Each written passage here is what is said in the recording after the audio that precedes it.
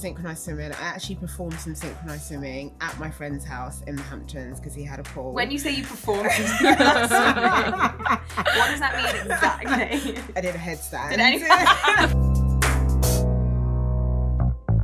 Welcome to the SheerLuxe Team Podcast with me, Charlotte Collins. This week I'm joined by Nana Achiampong and Vanessa Menrad. Hi both. Hello. Do you think I've done a podcast in this combination before? Oh, new trio. Yeah, new trio. Yeah. How are you both? Good, how are you? I'm good. Welcome back. First day back in the office. This is my first day back after a 2-week break. How nice is 2 weeks off? I know. Do you know what? I've not done a 2-week holiday in so long, and I obviously just had one as well. And a summer, it's like being at school. I was like, I haven't had a 2-week holiday since I was like, at school, college, whatever. Yeah. The best part is that on like any given day, you'll wake up and you'll be like, this time next week, we're still on holiday.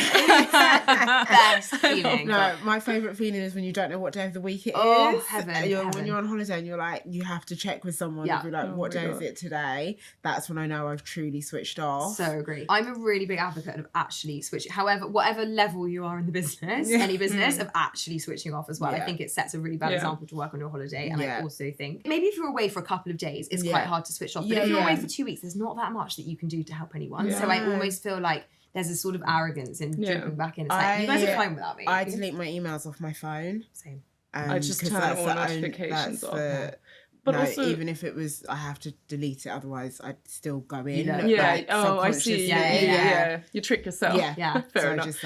I feel like you need it though, like to be able to fully recover and be ready to work again. You need to switch off. Yeah. And everyone always says like 2 weeks is like the perfect amount to. Yeah. I mean, I haven't done that in years, but I want to. Maybe next year. Yeah. It's like, even like 10 days. I think you just need to go over a week. Yeah, over a week to fully switch off. Nana, tell us about your trip. Where were you? What were you up to? First of all, I was in St. Lucia. Went for their carnival, which was absolutely incredible. That's cool. Yeah, it made me had like a newfound appreciation for Notting Hill Carnival, because obviously Carnival comes from the Caribbean and all of their islands, and so now I want to do a tour of the Caribbean and go to all of the other carnivals. Does every island have a carnival? Yeah. Okay. So apparently the best one is Trinidad and Tobago. Cool. Barbados is happening as we speak. Oh. So they're all at different times? Yeah, they're all at different times throughout the year.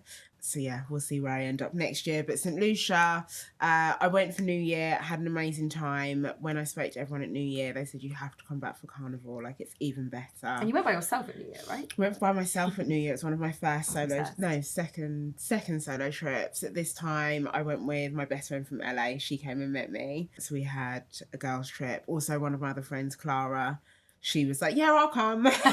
Sure. So yeah, really last minute. So she booked on, stayed in the same hotel. Where did you stay? In a hotel called Stolen Time, which was the perfect location for Carnival, because you literally came out and the procession for Carnival just came down, and they had a tent erected. So we had all of our rum punches and our food and everything there, and little seats and stuff when you weren't dancing. And it was a wellness hotel, adults only.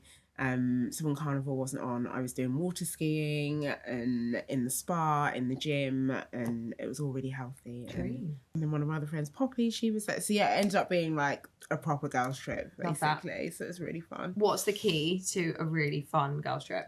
Everyone just being really laid back and having, I think you can have like certain plans. So like one day we went to the mud baths and did the volcanic kind of springs and everything like that, but I think that was the only thing that was like actually planned for a day. Everything else was just go with the flow, see how it is, and yeah, just being with a really like-minded girls and a chilled factor. Nice. Yeah. And then you went to the Hamptons. And then I went to the Hamptons. If I lived in New York, I would go to St. Lucia every weekend because it's a 4-hour flight.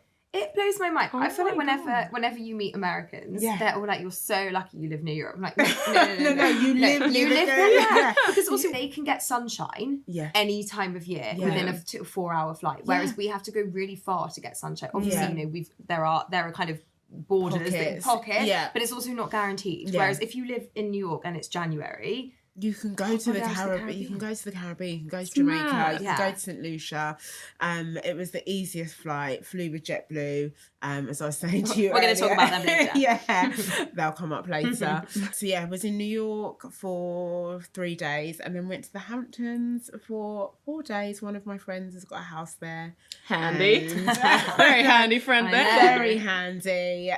So yeah, him and his husband kindly put us all up, and we just had, again, it was 2 holidays in one because it was completely different. The Hamptons is everything you would expect it to be. Very all-American, very Ralph Lauren. Like, it was just, the epitome of summer in America, and absolutely loved it. Oh, I'm so envious. I really want to do a Hampton summer. You would love it. What are your recommendations anywhere you went? So one of the bars, the All American Bar, I think it was called, it's actually where Justin Timberlake was drinking before he went. Yeah, I found it hilarious because one of the art shops along the road had a painting of Justin with an article of the DUI underneath it. I was like, you are being trolled in the Hamptons right now. You just got to utilise the connection. So yeah, that was really great. We went to a beach called Sunset Beach. What area of the Hamptons? Because there are different areas, aren't there? We were in East. Okay. Yeah, we were in East Hamptons, which was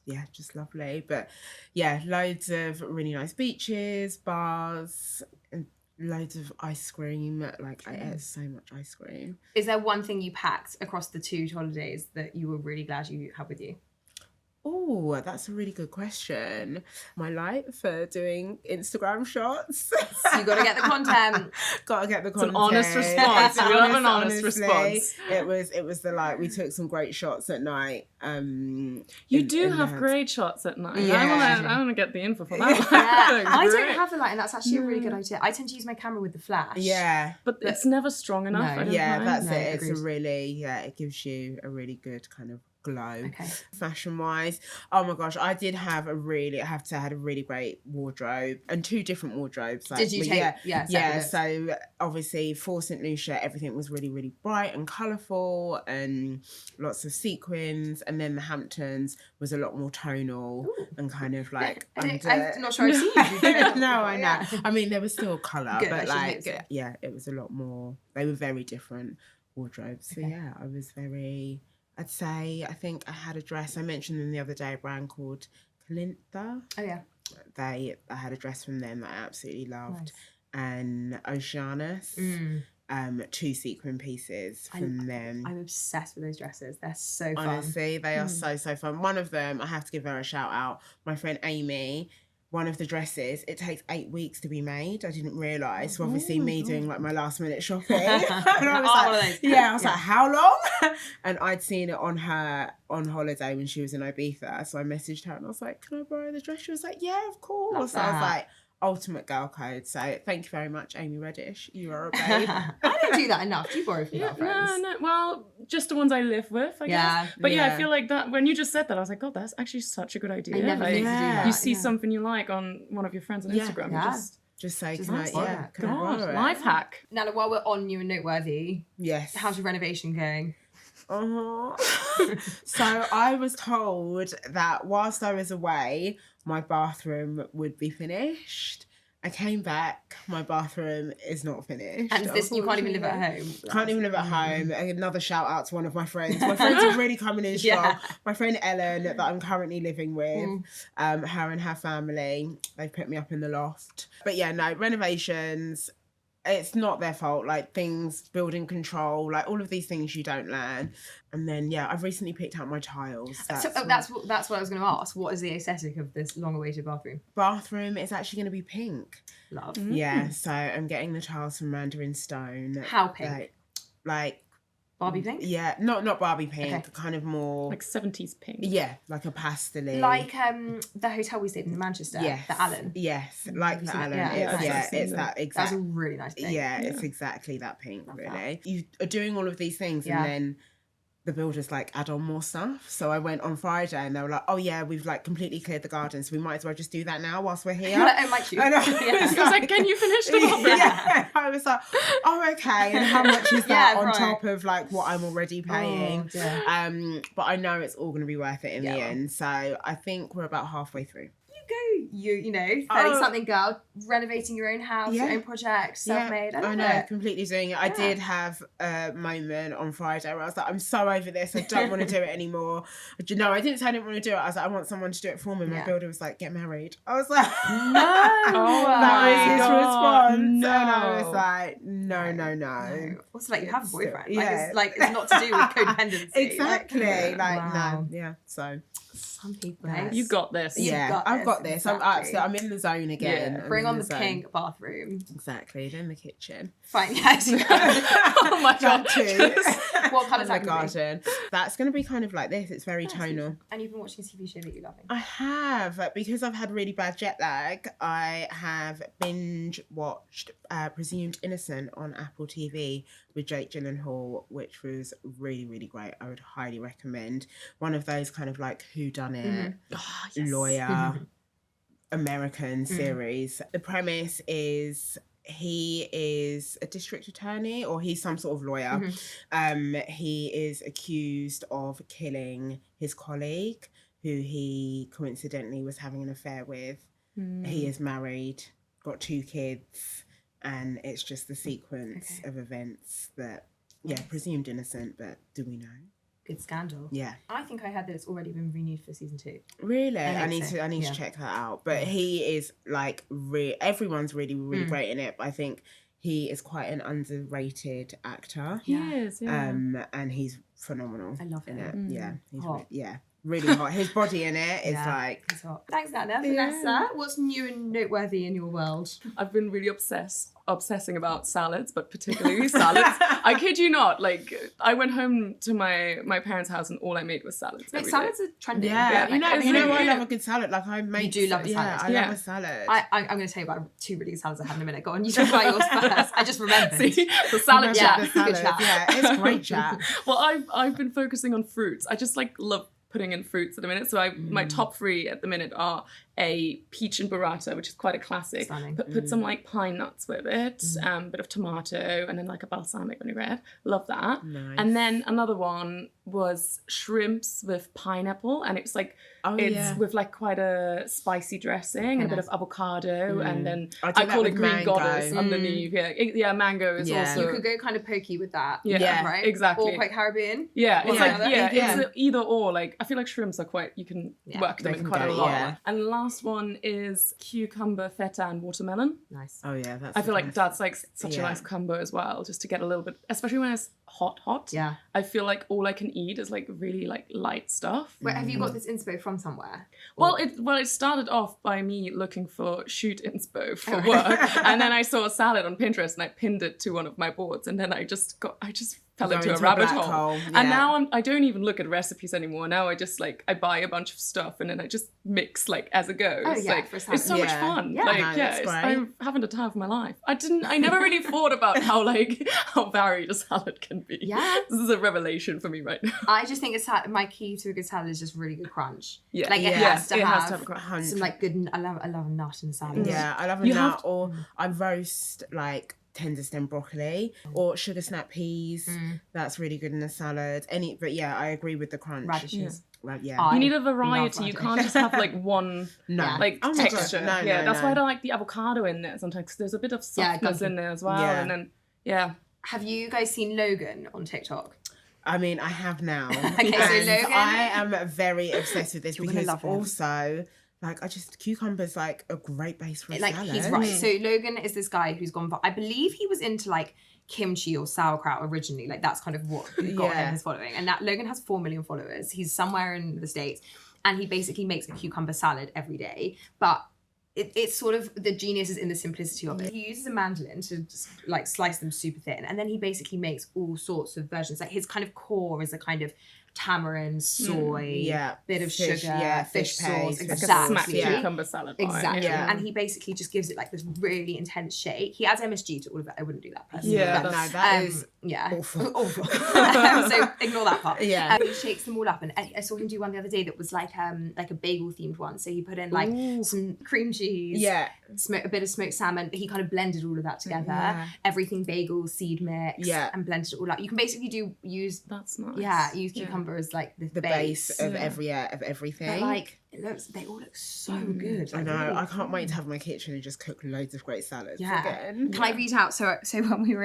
I'll talk about my holiday in a minute, but we were in the States and we ended in Vegas, and there was an Earth Cafe in our hotel. Have you ever been to Earth? Yeah, in LA. Oh my god! So Earth Cafe, it's quite like old school LA. Like, I knew it from Entourage. Yeah. Like, it's been around all the time. It's just like Earth Cafe. If you're listening, or just anyone who's like in the F&B business, like please bring this concept to London. I don't know why we don't have these. It's basically just healthy, delicious food, loads of salads, sandwiches. Oh, I think I've heard of this. Why don't we have I know. this? There's like another one, Jones on Third, that I love. Exactly. I feel like we have the market for it. We've got like right? Salad Project and things like that, and Attis, but it's not the same because it's just like that's just a salad. This is like everything. Yeah. Everything. Yeah. So I took a photo of the salad I had because it was so good. It's baby spinach salad with peppercorn dressing. Okay, so don't worry about any dressing. Yeah. Baby spinach, grilled artichokes, sugar plum tomatoes, French radishes, red onion, shaved fennel, maple glazed pecans, key, and shaved parmesan. It was so the pecans. Oh my god, so good. So I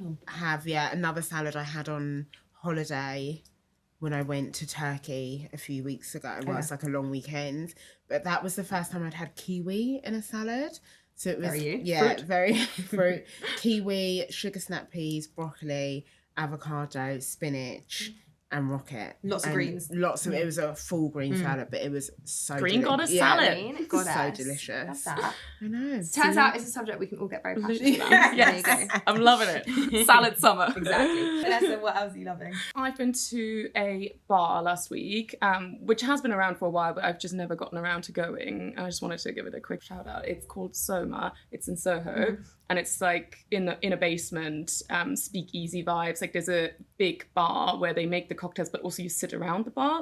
So when you sit, you have someone sitting opposite you as well. And it's like, I mean, it's the perfect date spot, but also like, you know, if you're just with a friend, like it was really lovely. And the cocktails they make are Indian inspired.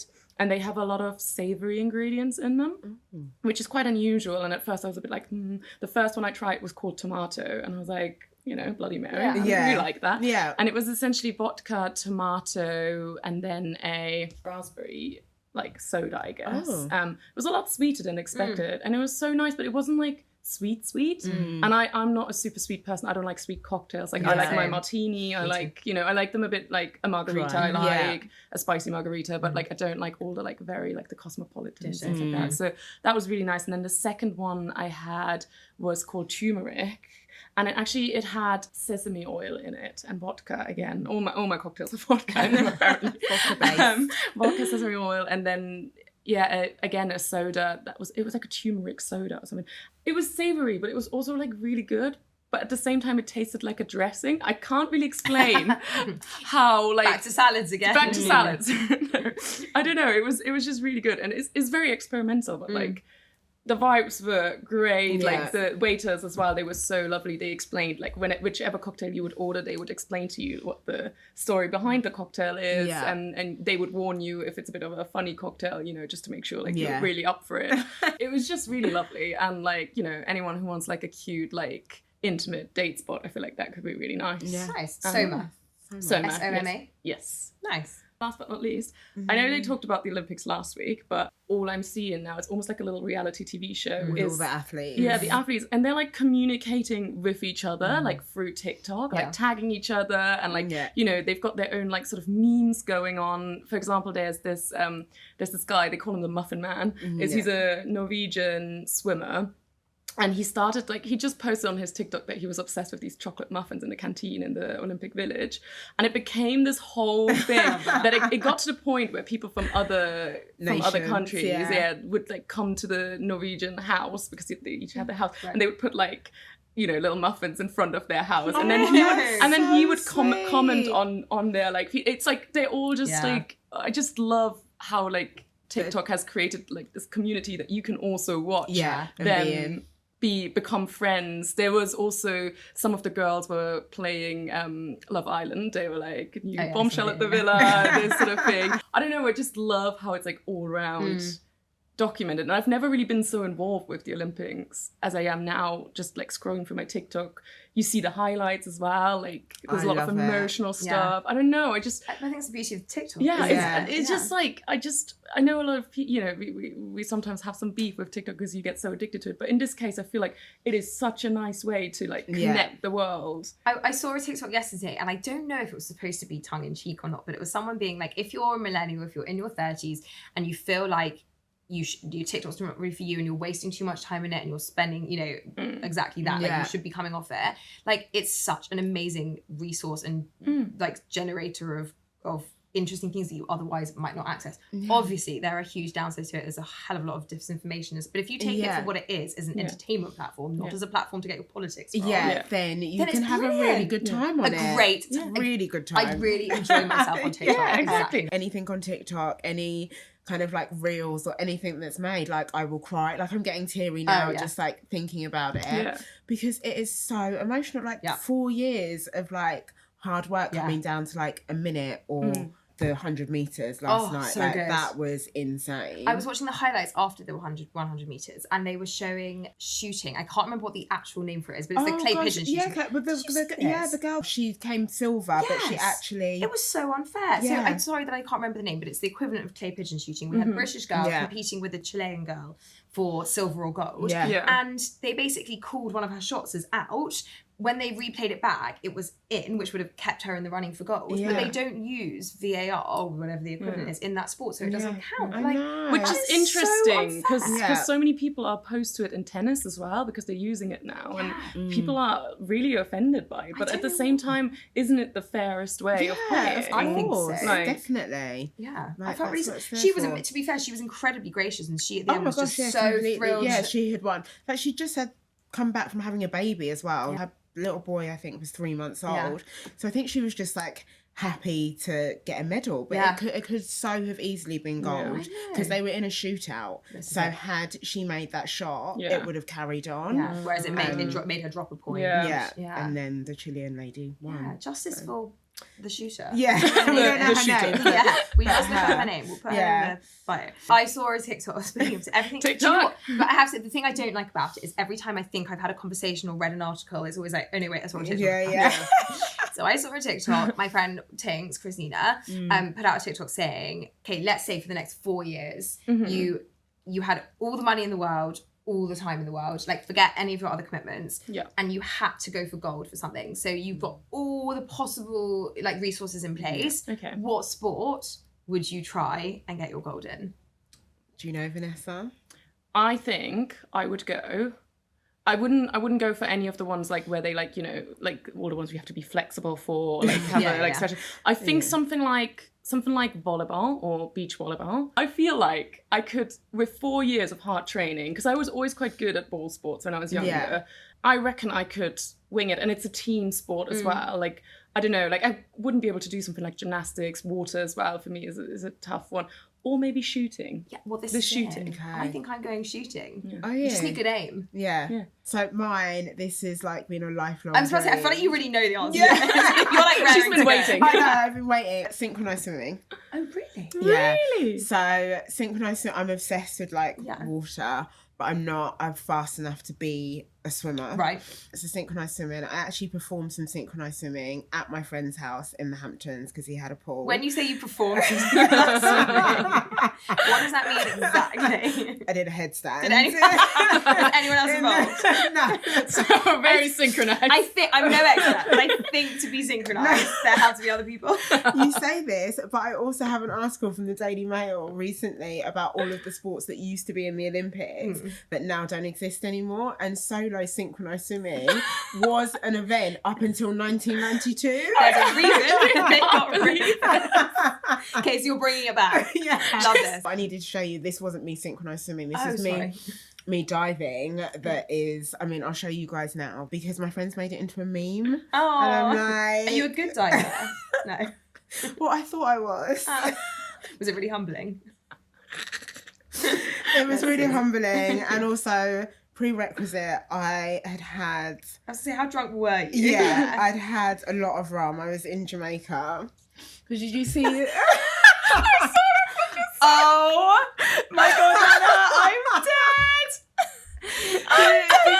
This is, for those listening, this is Nana face planting in like a dive position, but. Because did you see as well the meme that was like going round about how you didn't make it? With people like crashing out in like the worst possible way. Yeah, so that was me. Do you really think that's a dive? Did it feel like a dive? Yeah. I was like, I looked back, I was like, oh no. No. You tried. It really wasn't. Yeah, so I'm better. You kept it very straight. Yeah. You're better at the handstand stuff. Yeah. I'm much better at synchronising me. You have 4 years and all of the time. Hopefully. And all the money. I have faith. Yeah. You'll be fine. Can I tell you about my holiday? Yes. I've been dying to hear about your holiday. In terms of like itinerary and recommendations and things we did, it's all going to go into a feature for SheerLuxe. But we did 2 weeks in the States. Ben and I really like America. Like we just really love everywhere we went. People were like, "Why are you here?" We didn't hear another non-American for like 10 days of the trip. Like it's everywhere until we went. Like got to Vegas or something. Yeah, exactly. Everywhere we went was very like for American tourists, and like they don't get much international tourism. Yeah. But the bulk of our trip was driving through Montana, Wyoming, and Utah. And we needed to fly in somewhere that we could then fly directly to Montana, like directly from London and then into Bozeman in Montana. So started in San Fran, did a couple of nights in Napa, which I would move to Napa. Oh, yeah, I'm still you made it. Yeah, you made it look. So I never would have thought, Napa. Yeah, no. Like, Napa is Nancy Myers, like on heard, speed. Yeah. It's stunning. Like there's a little town called Unionville, which is it's basically like Thomas Keller heaven. He's the chef behind the French Laundry, and he basically owns, I can't remember exactly how many, but like all of the little restaurants in that town. And we actually stayed in that town at a hotel called the Estate Unionville, which I would so recommend if you're doing Napa just for a couple of days or if you haven't been before. Every store is like, it's like, you know, Meryl Streep's shopping, It's Complicated. It's like it's just, it's like the most perfect place in the whole world. I love it there. Did that, went to San Francisco for a couple of nights, which was super fun. Guys, I took driverless Ubers. It's not an Uber, it's called a Waymo. Oh my gosh, did everywhere. They are sick. Does it not scare you? Do you know what? The weirdest thing about it is how non-weird it is once you're in it. Really? You know how like so many of those things are just actually you're like, you get why it works. Yeah. It functions just like Uber in terms of the app. Yeah. Not much more expensive. Like I didn't pay more than $20 for a single journey for like, I don't know, 10, 15 minute journey. And are you sat in the back? You sat in the front? You can sit in the front. I can show you. I can't explain how easy it is. It's so clean. It's so simple. I cannot wait for this to come to London. I was going to say, I'm not surprised that it's somewhere like San Fran. This is it. It's obviously, it's powered by Google. Yeah. They are Jaguar cars powered by Google. So obviously it makes sense that it started in San Fran. They're also in LA as well. Yeah. But I'm sure it won't be long before. And just in terms of like safety and security. Yeah. As a girl by yourself, you have to talk to anyone. I wouldn't by myself, but like just to know for future. You don't have to talk to anyone. You don't have to worry. Yeah. It was amazing. Look, the steering wheel turns and it talks to you like Siri or, like Alexa. Oh my gosh. I wonder how long it'll be before it arrives here. Soon. I feel like it's tricky here though because our like traffic is so wild. But like, how's that? I think the way it works is it's basically got all these huge sensors on every side of the car, and I guess it just is tracking in real time like every single movement. It's so crazy. And if you think of like Google Maps, it's obviously plotted to drive around the city. Exactly. So that's like all they need to do is put the sensors up everywhere. Yeah. And then it knows. Exactly. I loved it. Anyways, did that. Flew to Montana. Stayed 2 nights under canvas in Yellowstone. Which was my god! really Did you watch cool. it before? No, You still didn't watch it. Everyone told me to watch it. Anyone who has not watched Yellowstone, please watch that on Paramount, but through Amazon Prime. It's honestly one of the best shows. I feel like though, having not seen, like now having been, it'll be even better. It will because you will appreciate it even more because I would love to go to Yellowstone. It's insane. It's obviously a national park that spreads across Montana, Wyoming and Idaho. I think that's right. It might even go into Colorado. It is like there are no words for how big this place is. Like we stayed in West Yellowstone and every day was like over an hour's drive to, it's 10 minutes into the park and then over an hour within the park just to the places that we want to go. But you could drive for hours and hours and hours within it. The scenery is incredible. Like it looked beautiful. Like insane. It's basically full of geysers, which are like natural hot springs from volcanoes underneath. So they erupt there's incredible. Is that where you took the picture with the purely like white? No, that's the salt flats. No. We're not there. We're not there. Sorry, I'm skipping ahead. That was like a week later. No, this was literally they look like almost like Icelandic kind of volcanic eruptions from underground, which are absolutely stunning. There's something called the Grand Canyon of Yellowstone as well, since obviously not the Grand Canyon, which is absolutely breathtaking. It's a waterfall. I have to say, I've done Iguazu and I've done Victoria Falls. I actually thought this was more mind-boggling. Like, really? It's a canyon, so there's something about that like depth of and length of the canyon that's just kind of evolved over. I think it's 500 million years, which is more. I don't know. To me, I found it more jaw-dropping than those two kind of obviously more like better known waterfalls. It was just the scenery. As I say, I'll go into it in more detail, but I can't wait to read the piece. I can't wait to see all the pictures. Yeah, I've got so much like brain dumping to do. You didn't you put stuff up, but I was like, more. Yeah, I didn't. I knew I wanted to share, but I didn't want to share too much. I didn't put anything on stories the whole time I was there. Oh, okay. Yeah, and I just did a dump from each place. Which felt like that was like enough. Yeah, anyway, that's really nice. Then in Montana, went to a dude ranch. We stayed in a dude ranch for 2 nights. I think that was our highlight. Yeah. It's called Lone Mountain Lodge. It's absolutely incredible. That was in Big Sky in Montana. And then we drove through, we had lunch in Idaho because we wanted to tick off another state. Yeah. So we had some excellent barbecue in Idaho. Drove through Wyoming through to southern Utah to Blue Sky, basically Big Sky and Blue Sky where we were. Both of them are ski resorts, which then obviously in the summer like take on a different life. So in Montana, that was Big Sky is like a very well-known ski resort. There's something called the Yellowstone Club there, which is like an iconic private members club. Yeah. And then down to Blue Sky, which is near Park City in Utah, which again is like a really popular ski destination. It's about half an hour west of Salt Lake City. Utah is the most incredible landscape, and we did the coolest outdoorsy things. So we did the Salt Flats, which were mind-blowing. Yeah, they look insane. It's insane. They're called the Bonneville Salt Flats. They're about an hour and a half east of Salt Lake City, so just over a 2-hour drive from where we were, and you're basically on a motorway for, I think it's like 110 miles, and it was like 30 miles between petrol stations. Like there is it almost is trippy. It was Mad Max like in terms of you couldn't see a thing on the horizon, and then you just get to this lay-by and there are these salt flats, which I didn't know there were any in Utah. Like I only know of the Bolivian salt flats. It's like a famous. I was like, I got really confused. I was like, I swear she was in America. It's like they are. I found them on TikTok. I was looking at like where it wasn't even on the agenda. This is going to be like my question. I know we haven't finished, but how did you plan this trip? We just really love planning this kind of holiday ourselves. Like the only time we've ever used a travel agent or like an expert was when we did our honeymoon in Africa, and we did Botswana, Zimbabwe and Mozambique, and that we obviously needed help because like there's like just in terms of internal flights and safety and certain things you need to know, whereas we're like America, we can plan America. We can do that. But we have spent months. I was going to say, how long did it take, do you think? I don't know when we booked it, but probably around January, and then like little bits of pockets and of then you just like added stuff in as you've been going along. Yeah, exactly. That's amazing. So that was amazing. Then we drove down to southern Utah, which was a completely different landscape. Like that's where it looks like the Grand Canyon, and kind of you're not too far from Vegas, so it's that sort of moonlight setting. And we stayed at the Amangiri there, which was like a real bucket list hotel, and is like I don't think I'll ever see anywhere more beautiful ever in my entire life. Like hotel looked so it was stunning. insane. It's basically built into a 350 million year old rock. It's built so it's absorbed really beautifully into the landscape, and there's these kind of incredibly clean lines, and everything's built so that there are little pockets of view and little pockets of like water and living walls and light coming in and everything. It's incredible. So that was that, and then we ended in Vegas, which was quite the culture shock after like 11 days of mountains. We were like, fucking hell. I kind of have you guys been to Vegas? I've been a couple of times. I have been before. I think it's a really love-hate relationship. Like I don't love Vegas, and my new thing for Vegas, the first time I went to Vegas, I think we were there for like 4 or 5 nights, which is far too 2 long. nights max. So now if I'm doing Vegas, like the last time we went, I was in LA and we literally went for the weekend, didn't sleep, came in on Friday, left on Sunday, and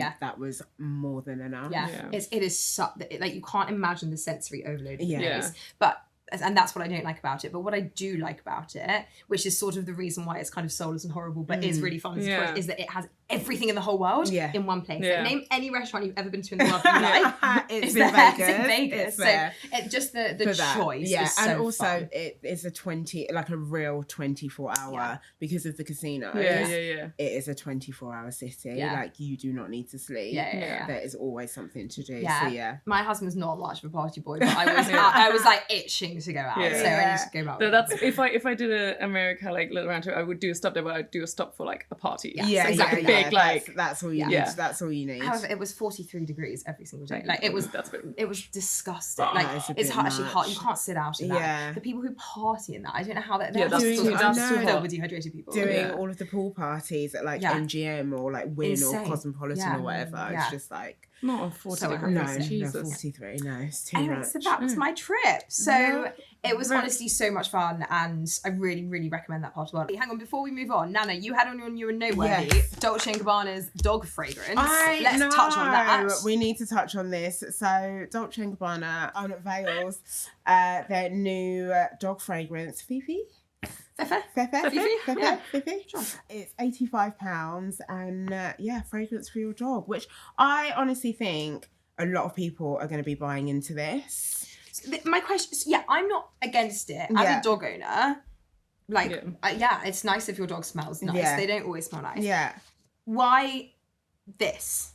Because it just says the fragrance is alcohol free, ensuring it's safe for even the most delicate canine skin. But my point is, you could just use alcohol-free fragrance. Yeah. I mean, I guess that's what they've done. Yeah. That's it. Dogs have a very sensitive nose, so whether it's like adjusted to like to their maybe senses. that's the because I think that's the main That could issue be the with why you USP. shouldn't. True. Because they also get quite triggered if you keep like putting perfume on yourself. if you have a lot of But I actually love my dog's natural scent. Obviously, like if he's been out and whatever, it's gross. But like I love his smell. I know what you mean. I was saying like I always like say like, oh, is this how people feel when they smell their baby? Yeah, you no, know? for sure.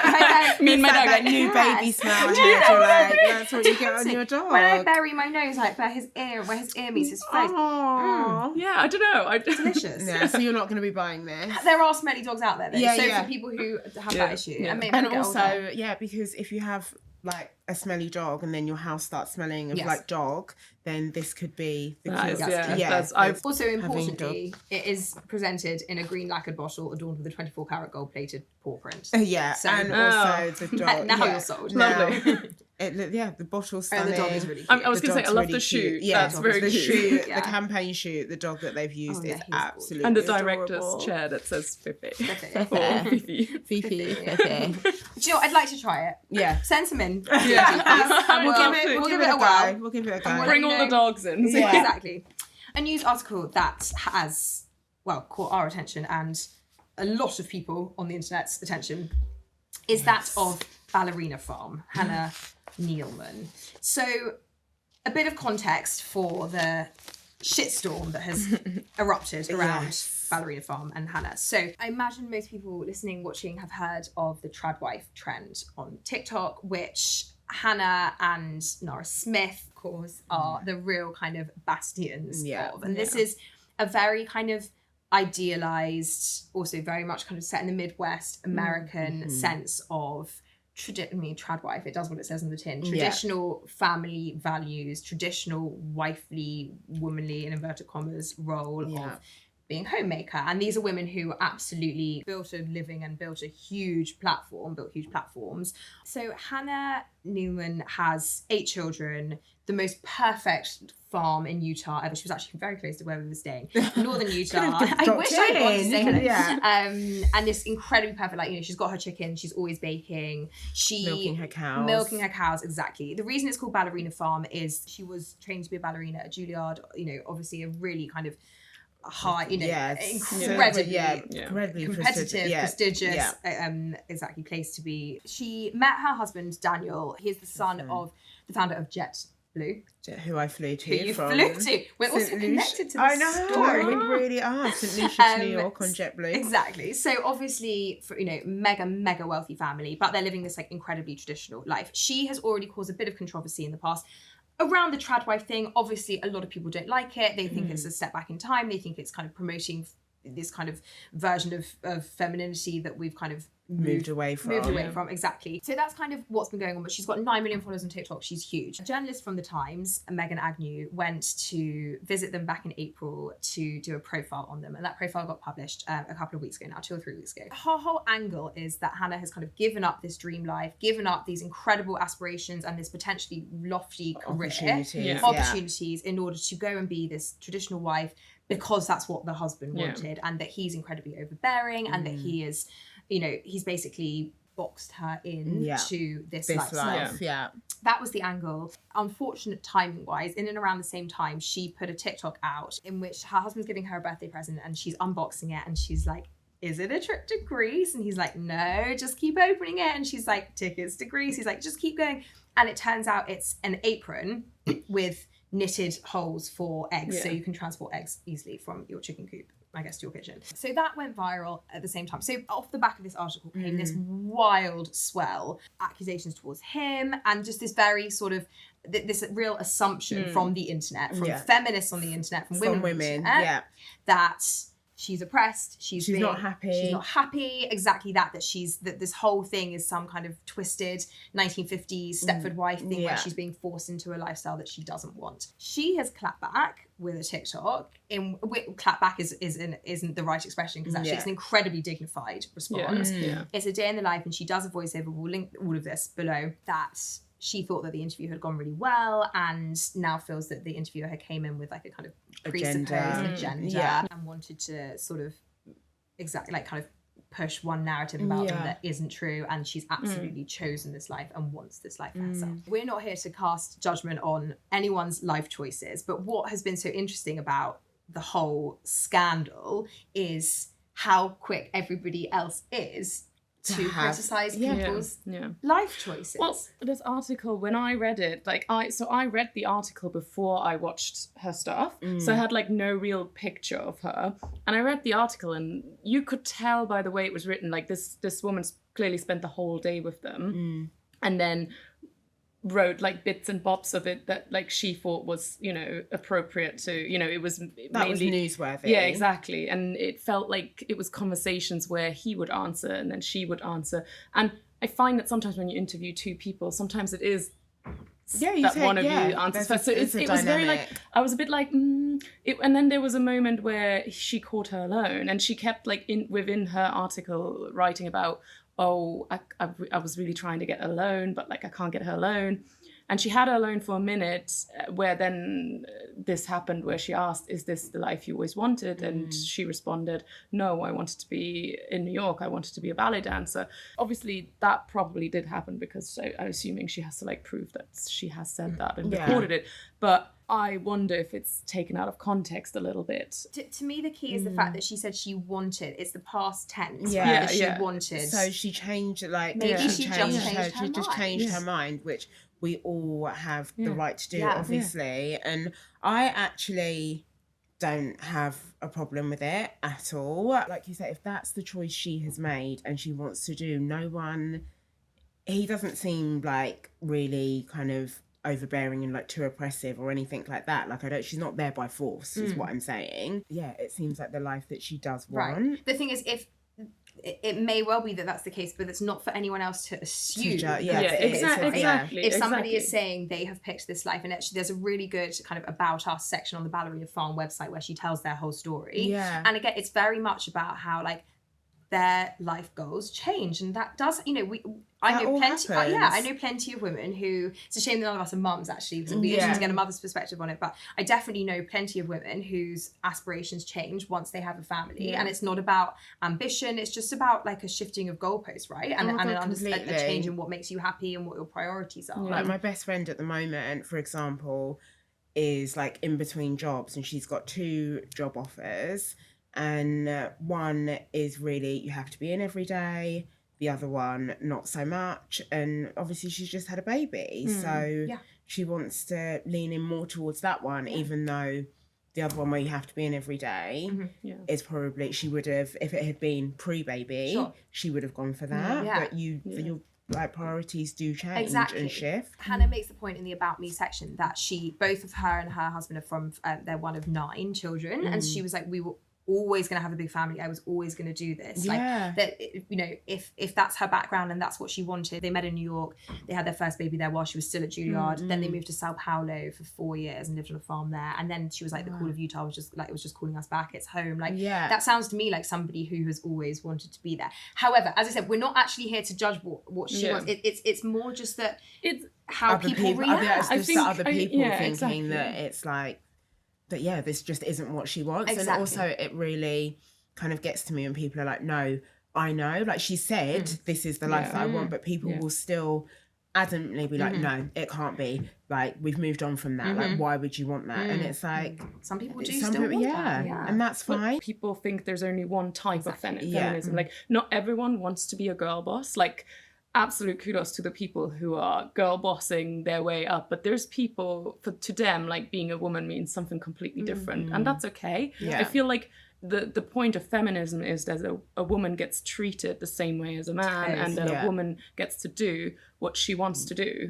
and make that choice. You know, if you want to have a family, a big family, if you want to live on a farm, like in a traditional way, then that is completely up to you. No one, if the shoe was on the other foot and it was a man, he was a man, everyone would be lauding it and praising it. And obviously I understand why, because it's about a switch of those traditional gender roles. But some people, for better for worse, want to be in those gender roles, and who is anyone else to sort of criticize that? She has a TikTok following of 9 million. To me, that's a pretty fucking impressive career woman. Yeah, exactly. Like whether she wanted it or not. 9.4. 9.4. I mean, last time I checked, there's certainly a career happening there, whether it's a ballerina one or not. Like it's they are running a legitimate farm and a legitimate business, and is it's totally up to you. Well, do check out not only the Times feature, but also the follow-up feature that Megan Agnew has written also for the Times, since there's kind of been this huge kind of storm around it all. I hope that it just dies down and she can get on with it. I mean, look, I suppose I hope that if she is being oppressed and it's all horrible, that she's okay and she can get out of it. But I just don't get that impression. But also, it's just not for us to form that opinion. Yeah, it's not our... I want to know very quickly one thing you've been loving on SheerLuxe in the past few weeks. Vanessa, you're modelling yours right now. Yes, sheer skirts. Sheer skirts. I will be purchasing sheer skirts. I love it so much. We'll get cold soon. I know, but like then you wear them with boots. Yeah, actually very nice. Like I can't wait to swap them, like swap the shoes for boots actually. Tell us about the one you're wearing for those who can't see, for those who are listening. Well, this is a dress that I've like modelled into a skirt because I don't actually have a skirt yet. And I was like, but I want to wear it. Yeah. So what do? You find what you can find. I tied the sleeves up, put them under my bra. Genius. Styling hack. Honestly, it works a treat. But I'm loving the tight ones as well, you know, and some of them have a little underskirt as well. So I'm struggling a bit. What do you wear underneath when you're not going out, like on a night out? Because you can't really wear just pants underneath to work. Yeah, the one that I have is got pants, but what I would say with that is just wear an oversized blazer. Like I've worn that sheer skirt to work, and no one's seen my pants. Or you can do one of those mini, you know, those like old school bandeau mini skirts. A lot of them have that built in as well, and then you have the skirt over the top, and then it's just a bit less. Nana? I loved Frederica LeBlanca. She did a pre-loved kind of like tips with eBay, and I just really love anything pre-love. Oh my gosh, the shopping in the Hamptons. Oh, was it amazing? There was a pre-love shop that had a Gucci bag in there for $500. No, because I'm doing the house. Because you now got a patio, you didn't know about it, But yeah, Frederica's tips, I would, for anyone that's not seen that article, go back and read that, definitely. She also did a mini version of it on our Instagram, which is really good. Yeah. I'm going to give a shout out to my interview, not because I said about 3 words, so this is not about me, but my interview with Louise Thompson on the show last week, who I interviewed before I went away, and who is kind of doing a bit of promotion at the moment for her book, her memoir, which is all about her really horrific birth experience with her son Leo, and the kind of subsequent health complications and terrible mental health implications and PTSD that came after that. And I don't think I've ever interviewed somebody so kind of, what's the word, so composed, so great, talking about something so difficult and so terrible, with such grace and eloquence, and I just thought it was fantastic. She's just really, really quite remarkable what she's overcome. So for anyone kind of in a dark patch or struggling with anything, I thought she had some really, really good advice, and she's a really good example of somebody who's come out the other side of something really terrible and is doing a lot of positive with it. So I would really recommend. Some really good takeaways. Really good takeaways, very inspiring. Okay, let's finish with community questions. V, we're going to talk dating. Red flags. What was it this some arsehole said to you out this weekend? What did you say before? This guy told me that the tattoo he got on the side of his torso hurt more than childbirth. And I absolutely lost it because I was like, have you experienced childbirth? What? Yeah. And that is a red flag. So the question to you is, what are the biggest red flags? And I have a lot of them. I feel like, in my experience of dating, like I've come across a lot of red flags, and I'm so grateful that at this point in my life, I recognize them and I can be like, okay, bye. I think that's something that comes to you like late 20s, early 30s, when you're like single in that sort of time. You start realizing, oh my God, like how have I been ignoring this my whole life? Yeah. So first of all, when they don't ask you questions, or even worse, when they ask themselves questions. And this happens. Ali actually also said this happened to her. So basically, like, you know, I was on a date with a guy and he suddenly goes, how have I been? Let me tell you. And I was there like, I'm sorry. Like, oh my gosh. Like, what? That's a red flag just in terms of human interaction. Yeah, exactly. But like, you know, some people just don't ask you questions. And if they don't ask you questions, to me, that's like, so you don't really care. Like, they can just talk about themselves for so long. That's a big one for me. Story of crazy exes. To me, that's like, I'm like, when they start talking like about this ex, that's like so horrible, so crazy. My thing is then, I'm like, what did you do? Yeah, exactly. I'm like, well, how did you make why did you drive all these women crazy? Yeah. I'm like, that's a you problem. Yeah, exactly. So I feel like that's like, there's always two sides to these sort of stories. And when someone is so comfortable just bringing that out, like immediately, it's like, that can't be good. Yeah. Another one is when they tease constantly and then they label it as jokes. Like, you know, it feels a bit at first like they're joking around, but like it's essentially them like breaking you down so they can build you back up. And like, so, you know, they'll say like, oh, didn't do your hair today, did you? And when you then like, oh, what? You're like, oh, no, I'm just joking. Like I feel like I've had a fair share of those sort of people. And when you then turn around to them and be like, why would you say that? They'd be like, don't be hysterical. Gaslighting. It leads into gaslighting. It's our next list. You know, but like for some reason there's this like feeling inside you that you then want to be like, oh, I'm going to do my hair better next time, you know? Yeah. And that, like, overcoming that, I think is quite hard to be like, whoa, like, no, like, this is not okay. And then the last one I have, which is probably the biggest one, is the classic narcissist. So the ones who, like, love bomb you. Like, they're, like, you know, like, constantly on you. Like, let's do something, like, you know, they, like, I dated a guy once for 2 months, and the first few dates we went on, like, it was, like, honestly, after every date, he'd be like, when is the next date? Like, he invited me on a weekend away with all his friends. Like, and then afterwards, suddenly, he pulled back completely. Like, he was completely gone, you know? Like, that's what they then do after. And then you're so attached to them because they've been constantly around you that you're then chasing them. I don't know. It's just something, like, that I see happening a lot. And if that happens to you, like, early on, like, just back out immediately, because like, you're gonna for the hills. You're gonna get your heart broken, and like it's so hard to exit a situation like that, but you have to. Yeah. How do you know the difference though between being love bombed and somebody who's just really into you? Because when they're really into you, they're not like trying to like close you in. Like it's more like it feels more natural. Like I feel like with them, with the narcissist, they really like they want to be by your side all the time for a bit, and you're just so like. It's almost like too good to be true for like that early on. It's like, you don't know me that well. Why are you so obsessed with me already? Yeah.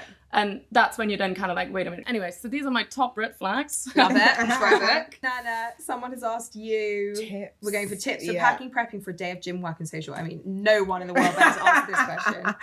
For me, I'd say the biggest tip is to pack your bag the night before. I've said on the podcast, if I've not packed my bag the night before, unlikely I'm going to make it to the gym in the morning. And also just having lots of like separates. So all of my toiletries, there's obviously one that is just for my gym bag, and I don't know, it's just in there constantly. Don't have to worry about swapping things, like in and out. Have your gym kit laid out on your bed. I've been known to sleep in my gym kit before.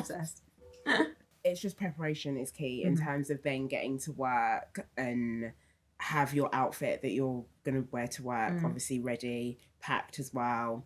along with whatever it is that you might want to change again to go out after work.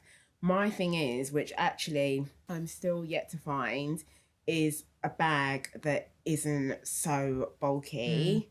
Like that is what I struggle with, because you're trying to get so much in there, but then obviously you have to carry it around for the whole day essentially, and then night if you're going straight out after work. So inevitably I just end up being a bag lady. I've just accepted that at this point. But especially since you are quite, like, your look is quite glam and, you know, you're in heels every day, presumably you don't have to do too much transitioning to, like, you know, at least you're not wearing like trainers and jeans and then come night time you then got to put on another outfit, right? No, I think the classic one, I had like a reel that went viral for when I went to crazy. Wimbledon, and that was the epitome of like my day like, I've got the gym but I've also got to go to Wimbledon and be like really dressed up. Only you would get ready for Wimbledon at the gym. Yeah, it would just be an outfit for the gym, and then what I'm wearing to work is probably what I'm going to wear out after work as well. So just be more glam, basically. Yeah, be more glam, and preparation is key. Love it.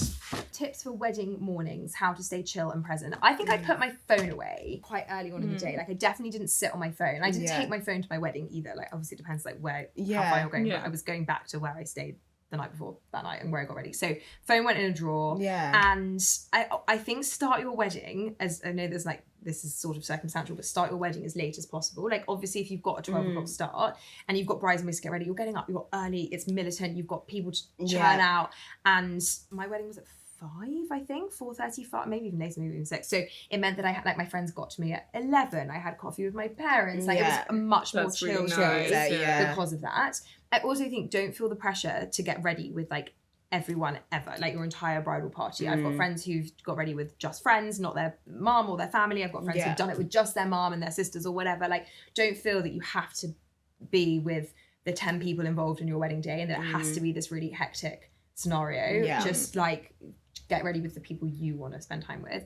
Also, order food in advance. Have whatever platters of sandwiches, you know, wherever you're getting married. Exactly. Just we did that. I've been bridesmaid a couple of times. Some have done it, some haven't. It works really well when you just order in some platters of sandwiches. People need to be fed. Like, feed your friends. It's a long day. It's a long day. Yeah. I think there's obviously like a real trend at the moment to do like a bridal video before and after. Like, don't feel the pressure to do that. I don't know how people do that. I find it really crazy. Really stressful. Yeah. Really, like, you've got enough going on that you're then like making a bridal TikTok. Just don't feel the pressure to like make a TikTok. Just enjoy. Be present. It's not about content. I feel like the world at the moment is making weddings look a bit like it's about content. I'm going to say something completely contradictory to that now, though, which is another trend I've seen, is hiring a content creator for your day, which I think is absolutely genius, because then you don't need to worry about it. That I think is great. It's because so cool. You're not you're present then. Exactly. Do you know what I mean? But you've got someone to do it for you. Totally. It's not your photographer, it's not your videographer, but it's somebody literally like our social media team do, like creating content for it. So the next day you have all these like little reels like, and stories. It's really nice. That I would love. Hire one of those. All right, ladies, it's hot in here. Let's get out of here. Thank you so much, and thank you for listening. If you have any feedback at all, please do email podcast@SheerLuxe.com. We love hearing from you. Don't forget to keep an eye out for the question box on social once a week, and also you can ask any questions for the panel in the community too. Please don't forget to rate, review, subscribe, and tell your friends. And we'll see you next time.